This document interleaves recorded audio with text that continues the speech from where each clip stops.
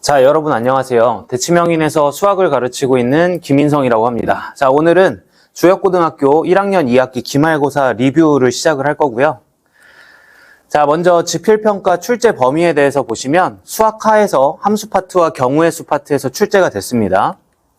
자, 문항 구성은 객관식 18문항, 그리고 논술형 2문항이 출제가 됐고, 함수 같은 경우에는 총 14문제, 그 다음 경우의 수 같은 경우에는 6문제가 출제가 됐습니다. 이제 비중이 좀 함수에 좀 많았었죠.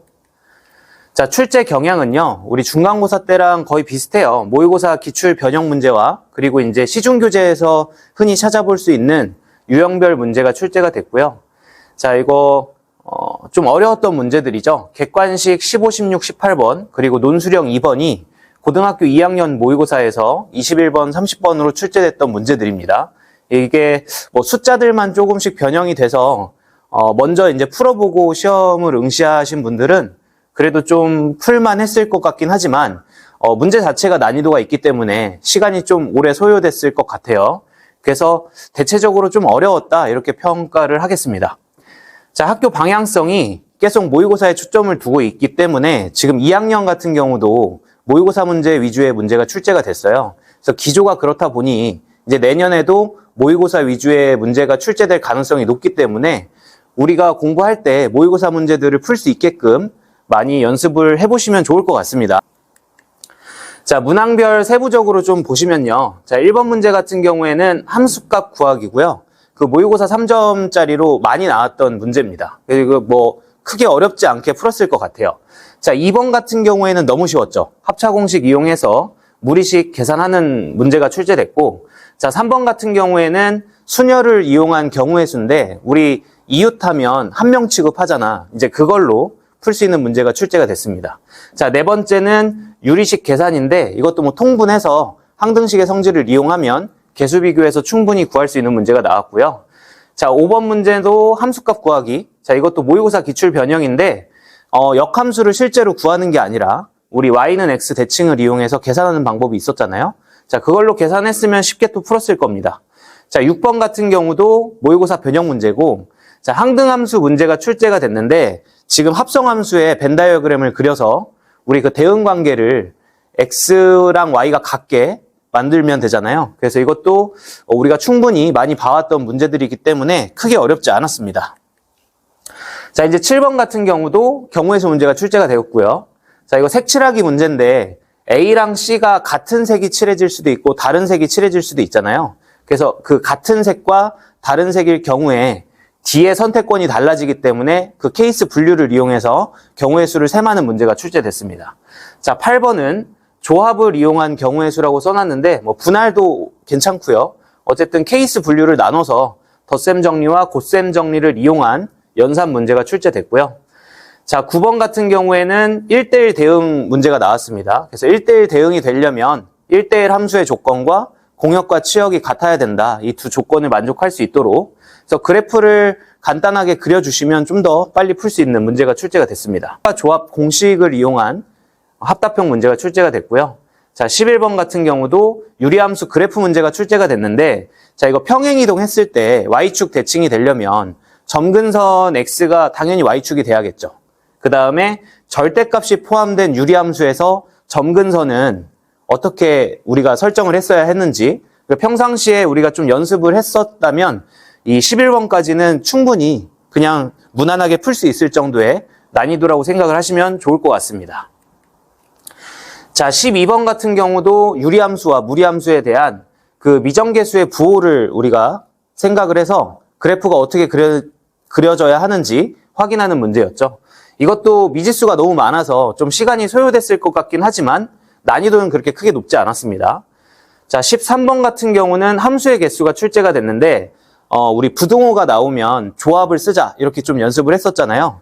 그 문제가 출제가 됐고 독특한 게 있다면 역함수가 존재하지 않기 때문에 1대1 대응이 되면 안 되잖아요. 그래서 전체 경우에서 1대1 대응이 되는 부분을 빼주면 좀 쉽게 계산할 수 있는 문제가 출제됐습니다. 자, 14번 문제도 유리함수 그래프의 대칭성을 이용해서 푸는 문제인데 이것도 우리가 기존에 다른 학교들 기출문제 풀면서 많이 봐왔던 문제이기 때문에 연습이 됐다면 뭐 충분히 풀었을 거라고 생각을 합니다. 자, 그 다음 이제 15, 16번이 어려웠어요. 15번은 구간에 따른 함수값 구하기. 자, 이것도 모의고사 변형 문제인데 삼각형의 밑변이 1로 고정이 돼 있잖아요. 그래서 높이를 우리가 계산을 해서 그 특수각으로 계산할 수 있거든요. 60도가 나왔기 때문에.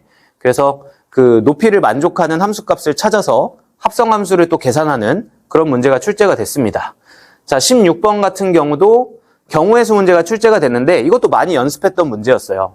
A의 자리를 두 자리로 출제가 됐나요? 이것도 숫자만 좀 변형한 것 같은데 A의 자리를 고정시킨 다음에 B의 위치가 11, 12, 13, 14 어디로 들어가느냐에 따라서 케이스 분류를 해서 경우의 수를 셈하는 그런 문제였죠. 자, 17번 문제는 벤 다이어그램을 이용한 함수값을 매칭하는 문제가 출제가 됐어요. 이것도 조건이 추가됐습니다. 조건이 추가돼서 시간이 좀 더 소요되긴 했는데 기억과 니은 보기 같은 경우에는 원래 기존 문제랑 풀이가 똑같거든요. 근데 이제 디귿 보기에서 조건이 추가됨으로써 모든 케이스에 대한 벤 다이어그램을 다 그려서 확인을 해야 됐기 때문에 시간이 좀 더 소요됐을 거라고 생각을 합니다. 자, 18번 문제는 무리함수의 그래프 문제가 출제가 됐고요. 이것도 마찬가지로 그래프를 좀 잘 그려서 그 상수함수와의 교점의 개수를 파악을 해서 함수값을 계산하는 그런 문제였죠. 어쨌든 이 17, 18번이 좀 소요됐습니다. 시간이 좀 많이 어려웠고요. 자, 논술형 1번은 그 시중교재에서 충분히 확인할 수 있는 그 엘리베이터 경우의 수 문제가 출제됐고, 이 분할과 분배했을 때 우리 분할에서 그 같은 수로 분할을 하면 200분의 1을 곱했잖아요. 근데 여기에서 다시 재분배가 되기 때문에 다시 수녀를 다시 팩토리얼을 다시 곱해줘야 된다. 이게 좀 중요했던 문제였고, 자, 논술형 2번 같은 경우도 유리함수 그래프 유형이 출제가 됐습니다. 그러니까 대체적으로 봤을 때 우리한테 좀 어려웠던 문제들은 그래프를 좀 쉽게 빠르게 그릴 수 있을 정도의 연습이 된 학생들은 충분히 이제 소화할 수 있었을 거고, 그래프 자체를 그리기가 좀 어려웠던 학생들은 시험이 되게 어려웠을 것 같아요. 자, 총평을 보시면 중간고사랑 크게 다르지 않습니다. 이제 모의고사 기출문제 위주의 학습이 필요하고요. 그 사전 문항을 푼다는 거에 대해서 뭐 의미가 또 있긴 하겠지만 제일 어려운 사점들이 출제가 되기 때문에 우리가 이제 단계별로 학습을 통해서 모든 문제를 섭렵할 수 있게끔 연습이 되셔야 될 것 같습니다.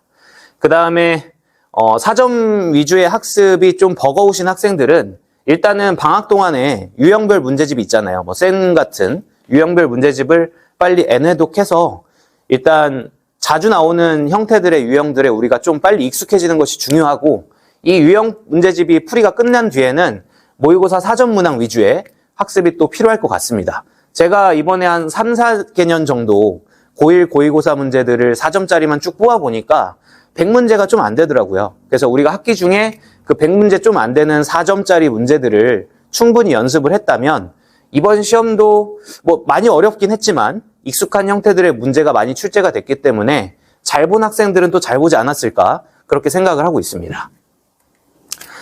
자, 이제 우리가 이제 2학년 준비를 해야 돼요. 우리가 이제 2학년 되기 전에 충분히 공부할 수 있을 정도의 시간이 이제 부여되는 기간은 겨울방학밖에 없잖아요. 그래서 겨울방학 동안 우리 수학 1, 수학 2를 열심히 준비해서 내년 학기 중에는 모의고사 4점에 좀 초점을 두고 공부를 할 수 있게끔 미리미리 준비하는 주역고 학생이 됐으면 좋겠습니다. 자, 여기까지 총평을 마무리하겠습니다. 감사합니다.